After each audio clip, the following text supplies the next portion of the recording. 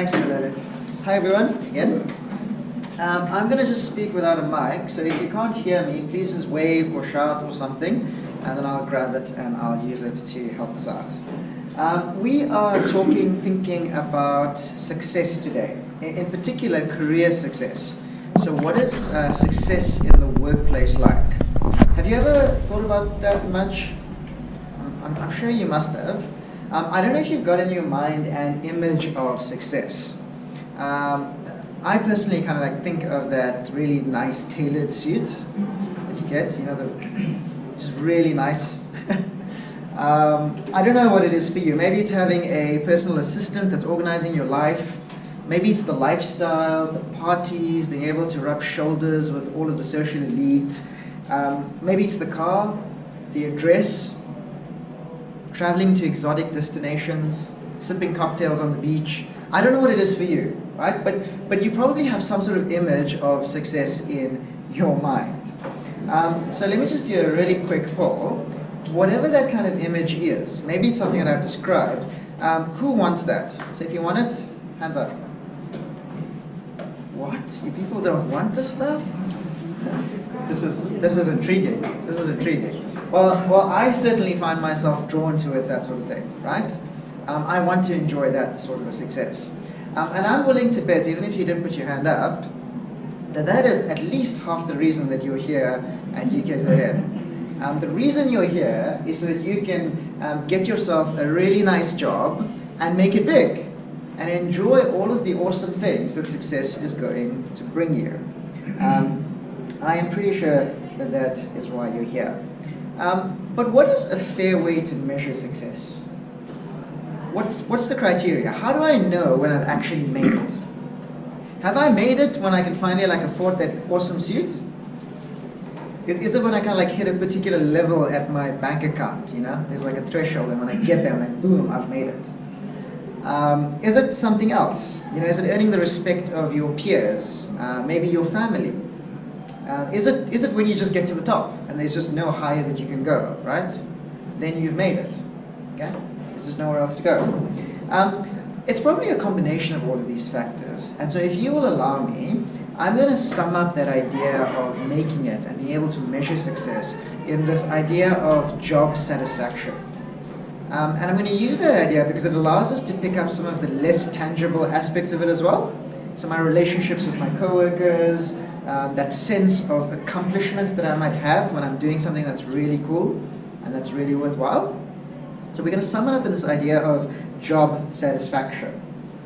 Now, you may be surprised to know there was a recent poll worldwide across different countries, different socioeconomic brackets, that revealed what the world wants the most. More than food, more than shelter, more than safety. Do you know what the world wants the most? A satisfying job. That's surprising, isn't it? Well, maybe it's not that surprising. Now, I think we're all familiar with the image of a ladder, right? We can all picture it. And you've all heard the expressions before, right? Climbing the ladder to success, climbing the corporate ladder, right?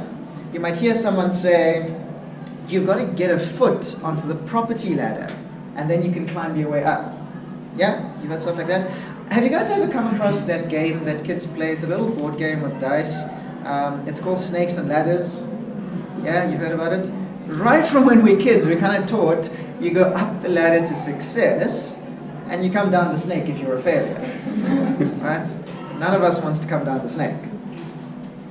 And then sometimes you will hear advice like this in the corporate world. Sometimes you just have to step on people. Look, it's unfortunate. Nobody wants to do it. But sometimes you just have to step on other people to get onto the next step on the ladder. Right? You'll hear stuff like that in the corporate world.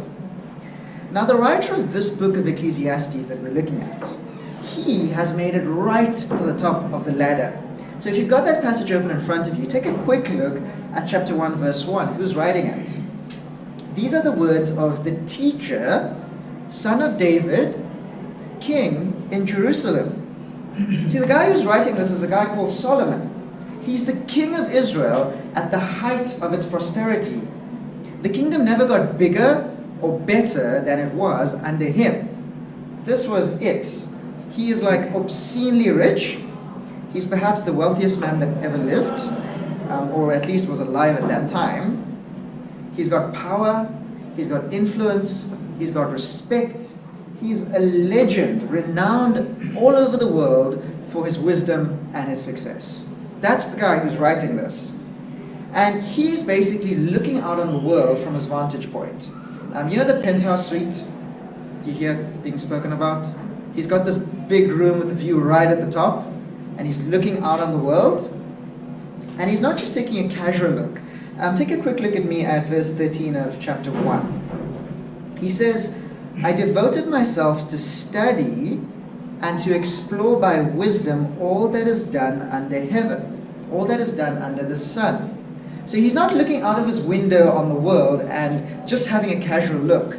He's looking out and he's applying wisdom to it, and he's actually studying it. And he's saying, I'm going to make some serious conclusions about what the world is like. And do you know what he discovers? I mean, it came up a fair bit in the reading we had just now. Take a look at verse 2 of chapter 1. This is his assessment of what the world is like. Meaningless, meaningless, says the teacher, utterly meaningless. Everything is meaningless. What does man gain from all his labor at which he toils under the sun? That's an encouraging assessment, isn't it? Take a look at verse 14 again. I have seen all the things that are done under the sun. All of them are meaningless, a chasing after the wind. Have you ever tried chasing the wind? Try and grab hold of it? Yeah, that's how pointless life is, he says. And that is not just a general assessment of the world. It is an assessment that he's making. He's looking at the world and he's making a judgment based on what he can observe. He's saying, let's pretend that there's no God in the world. Right? What is it like? What is it like? What can I judge from what I can see about what life is like? And he doesn't limit that. He examines a number of different things through this book.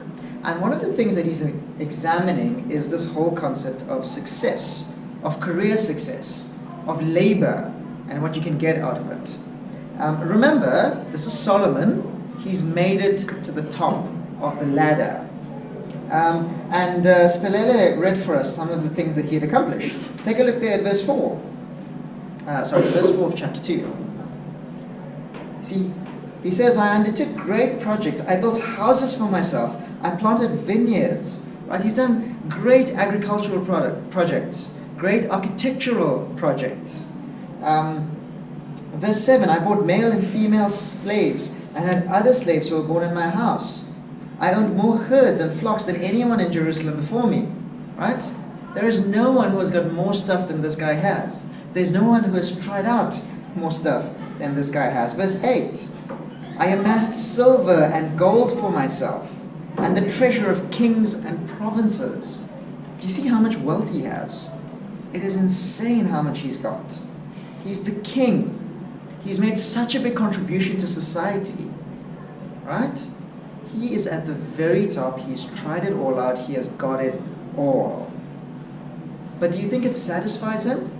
Do you think he's got that really awesome sense of job satisfaction? Like, yes, this is it. I've made it. It is worthwhile. I'll take a look at verse 11. Yet when I surveyed all that my hands had done, and what I had toiled to achieve, what's the conclusion? Everything was meaningless, a chasing after the wind. Nothing was gained under the sun. I mean, that's quite an assessment, isn't it? Can you fathom like making it to that level and then to look out and say, it's all pointless? Look at verse 17 of chapter 2. This is how he responds. So I hated life, because all the work that's done under the sun was grievous to me. Verse 18, I hated all the things I had toiled for. Verse 20, so my heart began to despair over all my toilsome labor under the sun. Do you see how he's responding? He's got it all, but he's disappointed. He's despairing. He's hating life. He's saying all of this is pointless.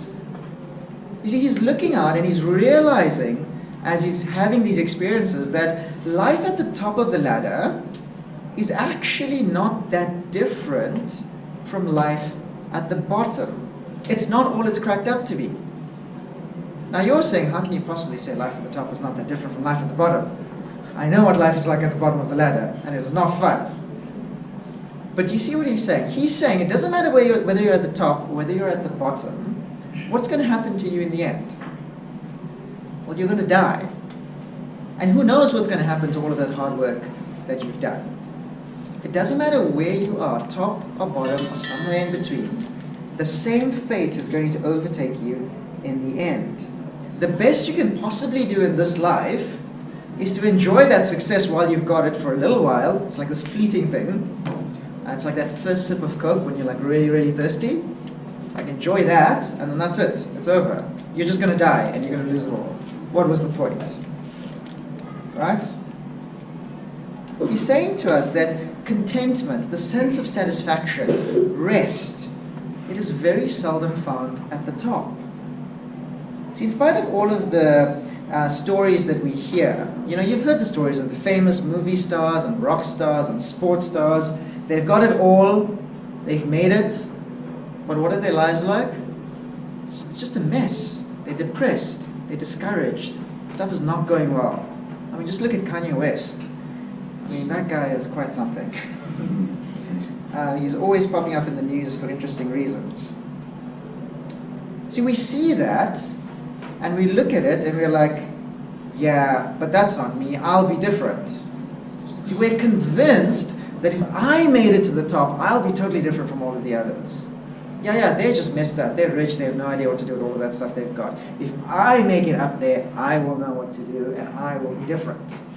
You see, we're here on this little ladder, trying to climb our way up, one step, next step, and we fight with one another, we push and we shove, and we give a pound of flesh, because we hope that if I get onto that next step, if I just get this next little thing, there I'll find satisfaction. There I'll find life. There I'll find joy. See, that is what we hope. We don't believe the reality. But do you see what Solomon is saying here? Solomon is saying to us that if you're measuring success by these criteria, by these things, that nice tailored suit, and the address, and the car, and the lifestyle, well, you will find that it is completely pointless and empty. We all want a satisfying job, but I think more than a satisfying job, we want the stuff that success can buy us. And the reality, he's saying to us, is that it's just going to leave you empty and wanting more. You'll get there, you'll make it to the top, and you look around you and you'll say, what was the point of this? Why did I give up so much to get here? Because there's nothing here. See, there was another poll that was conducted, another worldwide poll, and it found that 87% of workers, that's 9 out of 10, feel disengaged and dissatisfied in the jobs that you have. I'm sorry, this is not a motivational talk. You're here, you're slogging, you're sweating, right? And you're hoping to get really good jobs, and once you get those jobs, you think you're going to be happy and you're going to have it all. But here's the news, 9 out of 10 people who have done that before you are dissatisfied. They're disengaged. They are not enjoying it. There is an emptiness that is there once you get there. Solomon was simply telling us the truth about life in a fallen world. See, it is possible for us to give ourselves to a vision, to a set of goals, to actually achieve them and still be dissatisfied. Can you fathom that? See, very common to the human experience is this feeling that nothing ultimately is going to satisfy us. We are all looking to our careers to do it. You are looking to your academic success now to do that. But you already know that it disappoints you.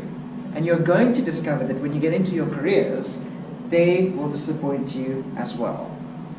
If that is where you're looking for hope and satisfaction, it will leave you empty. The best you can hope for is to enjoy a little bit of it while you can, and then die. That's fun. Let's all go home. No. Thankfully, that is not where the story ends. And that is not where Solomon's assessment ends. Take a look at the end of chapter 2, verse 24. You see the conclusion Solomon draws here. He says, a man can do nothing better than to eat and drink and find satisfaction in his work. Okay, that's what we were saying just now. This too I see is from the hand of God. For without him, without God, verse 25, who can eat or find enjoyment? Do you see what he's saying? Where is enjoyment to be found? It's with God in the picture. You see, the moment God comes into the picture, there is suddenly a very real possibility of joy, of satisfaction, of purpose. And this is the point that Solomon is making in this book of Ecclesiastes. That without God, if you look at the world under the sun and try to make sense of it without God, it's meaningless, it's pointless, there is no purpose, there is no satisfaction. But the moment God is in the picture, life takes on meaning.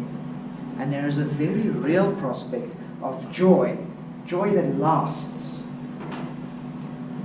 Now, you might ask then, well, okay, what is the difference that God makes? Well, God helps us to think rightly about work in a world that's gone bad. And so very briefly, I want to just outline for us, how is it that God shines light onto this whole question of career success and finding satisfaction in it? Well, the first thing I want to point out is that God reveals that we were created to work. You see, right in the beginning of the Bible, we meet a God who is a creator. He works, he creates, and then he rests. And we also discover that humans, you and me, are made in the image of that creator God. So we have been crafted as workers. We are designed to work. Now this might come as a surprise to you, because I know I spent much of my life thinking that work was a necessary evil. Nobody likes to work, but we have to work so that we can enjoy all of the stuff that we get at the end of it. But what the Bible reveals to us is no, work is not an accident. It's not a necessary evil. It is actually good. God designs us to be workers, and he looks out and he says, this is a good design. And in eternity, we will still be workers. See, the perfect life isn't a life of 24/7 idleness or leisure. The perfect life is a life of work. Chew on that. It challenges our cultural assumptions, doesn't it? But you're already thinking now that, actually, wait, that's not my typical experience. And that's because the good world that God creates is very quickly turned upside down by sin. Sin enters the picture, and sin affects our work. See, the very first humans, Adam and Eve, they reject God's good rule over them. And because of that rejection of his rule, because they seize independence to determine for themselves what is good and bad, everything goes wrong. And the whole world falls under a curse. The Bible calls that sin, and it affects everything. So the delight, the satisfaction, the fruitfulness of work, it becomes tainted with pain, with hardship, with frustration. And that is what characterizes our experience. You know that already in your studies. You know the frustration. You know the disappointment. You know the hardship. And that is why we are left feeling frustrated and dissatisfied. See, even in those times where we accomplish our goals, where we reach the heights, we discover that there is still an emptiness. And sin is at the root of that. But joyfully, the story of the whole Bible is the story of how God is at work through Jesus to fix it, to undo the effects of sin. See, God acts to restore his sin-torn world. And the climax of that work is a person, Jesus Christ. Life in this world, Solomon is saying to us, without God is meaningless. But God is in this world, and God has made himself known through a person, Jesus. See, I can't know this Jesus, and I can't understand what life is like in this world if I just look at what it's like under the sun. But I can know it through this person, Jesus. And I know him through a special revelation, through him making himself known through the words that are in the Bible, in the New Testament. And when you meet Jesus, you discover that actually this Jesus is also on this ladder that we're talking about. Solomon was at the top of the ladder. Jesus is on the ladder as well. And I'm going to read to you a few verses from Philippians chapter 2. You don't have to turn there. You can just listen. Jesus is on the ladder. Listen to how he steps on the ladder. Jesus Christ, who being in very nature God.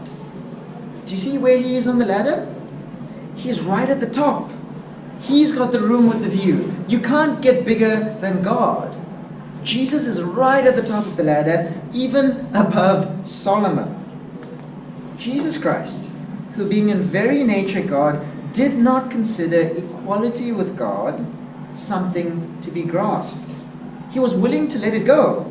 He wasn't holding onto everything that he had. That word grasp doesn't mean trying to get hold of something that you don't have.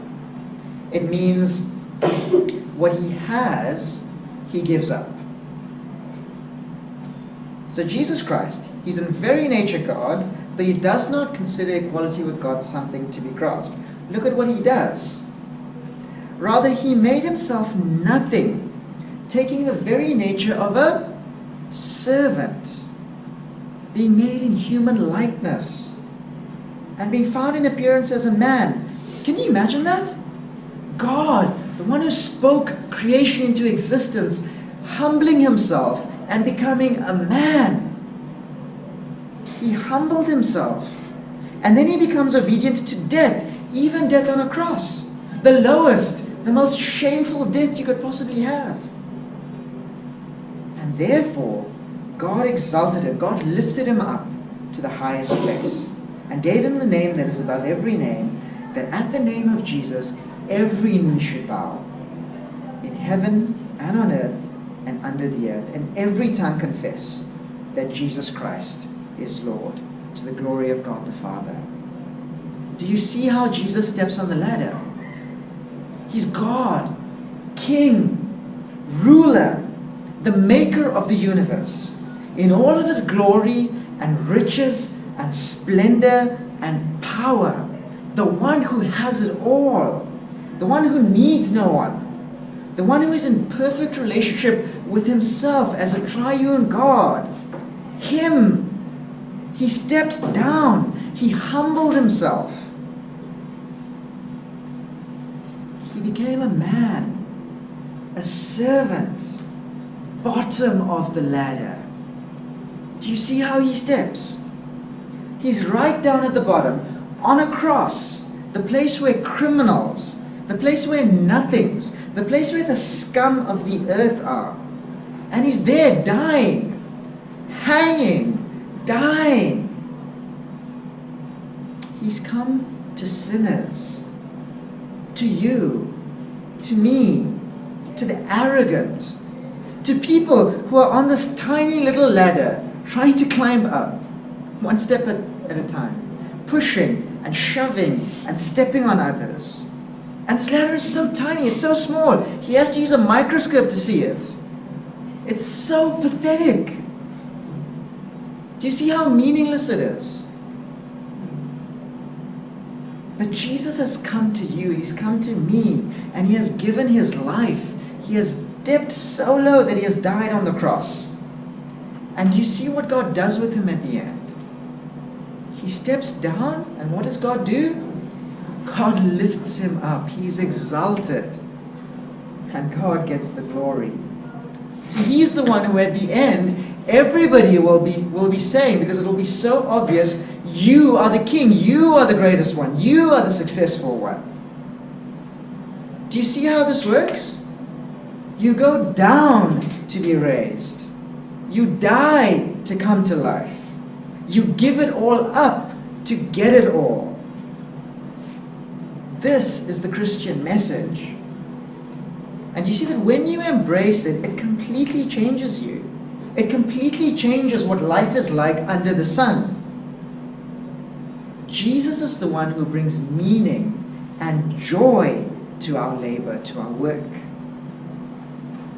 And that's why the church, in spite of all of its problems, is a completely different kind of society. See, the church is a place where kings serve. I come from Joburg, and there are many leaders of industry in and around where we are. The church is a place where you will find vice presidents of great companies, CEOs, judges who sit on the benches, captains of industry. You will find people like that stacking chairs and sweeping floors and cleaning toilets. It is because the church is a different society, because they step as Jesus steps on this ladder. See, Jesus' work makes real change possible. He rescues and he empowers so that people like us can switch from being those who are on this tiny little ladder trying to climb and push and get one step higher. It changes us, it empowers us to be people who live and work for God and for the good of other people. See, the gospel shines the light of truth and grace on success. It doesn't just redeem us, the workers, but it shows us what God's intention is for work itself and for the workplaces that we inhabit. See, our work matters. Not just the way in which we work, but the actual work that we do. These things are matters of worship. And true worship puts us on the trajectory of true success. So if Solomon is saying to us that all of these things, all of these criteria that we use to measure our success is ultimately pointless, then what is a true measure of success? Well, he's saying to us that it is a life in which God is in the frame. God is in the picture. True success is a life in which God is in the picture. And we see that through Jesus. See, it is a career in which Jesus empowers service. Rather than trying to climb up at any cost, it is a career in which you step down. True success is working in a posture of worship, recognizing that all you are doing is in the service of this God and of other people. True success is not storing up treasure in rands or dollars, making this big pile of money that is ultimately going to go who knows where once you're dead. True success is storing up treasure, yes, but in a currency that will last on even after you are dead. See, this life is not all that there is. What we observe under the sun is not all that there is. Solomon is calling us to look at Christ on the cross. Look at Christ on the cross. He's at the very bottom of the ladder. And he's the one that we're being called to follow. Because what happens in the end? He's the one who's lifted up. And those who follow him are lifted up with him. So if you want to be successful, ultimately, then you want to be with him. That is true success. Now that is not exhaustive by any stretch. That is just introducing this and raising questions. And I hope we'll have time now for some good interaction. I guess that depends on how you define worldly ambition. So I think it's good to have ambition. I think what Ecclesiastes is challenging us with is what kind of ambitions we have. So if there are ambitions that are so limited in scope that they're just basically there for a moment and then they're gone, I think Solomon is suggesting to us, those are foolish ambitions. It's a flash in the pan. You'll enjoy the flash while it's there, but then it's going to fade away and you'll be left empty and you'll think it's meaningless. So I don't think the problem is with ambitions. It seems to be what kind of ambitions you have and where they're located. What does true worship look like? Yeah, I didn't answer the question, so you didn't miss it. That is a very big question, and I think well beyond the scope of my ability to answer. So I'll try and answer it in the sense of what does true worship look like in the context of work, and as we're pursuing success in the workplace. And I think in that context, true worship looks like an awareness that God is God. God has made himself known through Jesus. And if Jesus is the king, if Jesus is God's ruler, right, then my allegiance is ultimately and primarily to Jesus, not to my personal ambitions, not to my success, not to my work, not to my boss, whatever it might be. And I think that expresses itself in your attitude, the manner in which you work. So an example is, I don't pretend like I'm working hard when someone's watching me, and as soon as someone else is not watching me, I'm like, okay, Facebook or whatever it is, right? That's an example of how that looks. It looks like being a servant, which means I'm seeking to serve people who are around me. I'm trying to do what is best for others, not primarily what is best for me. It looks like having integrity. So I work honestly, I work diligently. Those are just some random examples. But basically the question you're trying to answer is, if my allegiance is to Jesus and he's the king, how does that play out in the context of work and the workplace that I'm in? I hope that gives some direction to it. Yeah. One more question?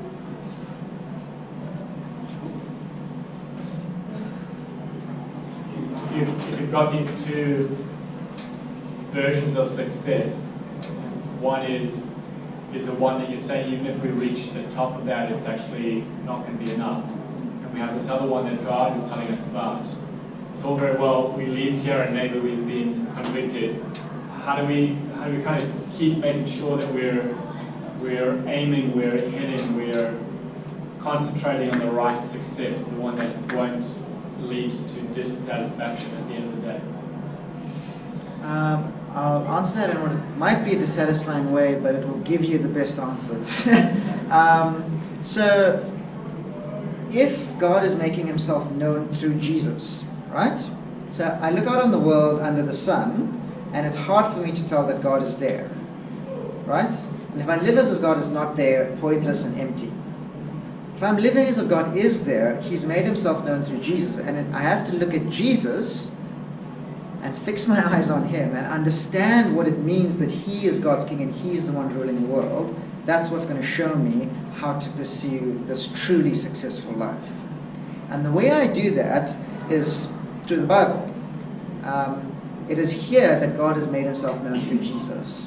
And so I guess my best advice to you would be to dig into God's word. Read it yourself, but get connected to all of the stuff that Wally was just telling us about now. Get connected to one of those Bible study groups. Come to stuff like this where you can ask and engage and understand what it means that Jesus is how we know God. What does it mean that Jesus is God's king? What does it mean that he rules and there's success in him? So it's not an answer, but it's where you can find answers.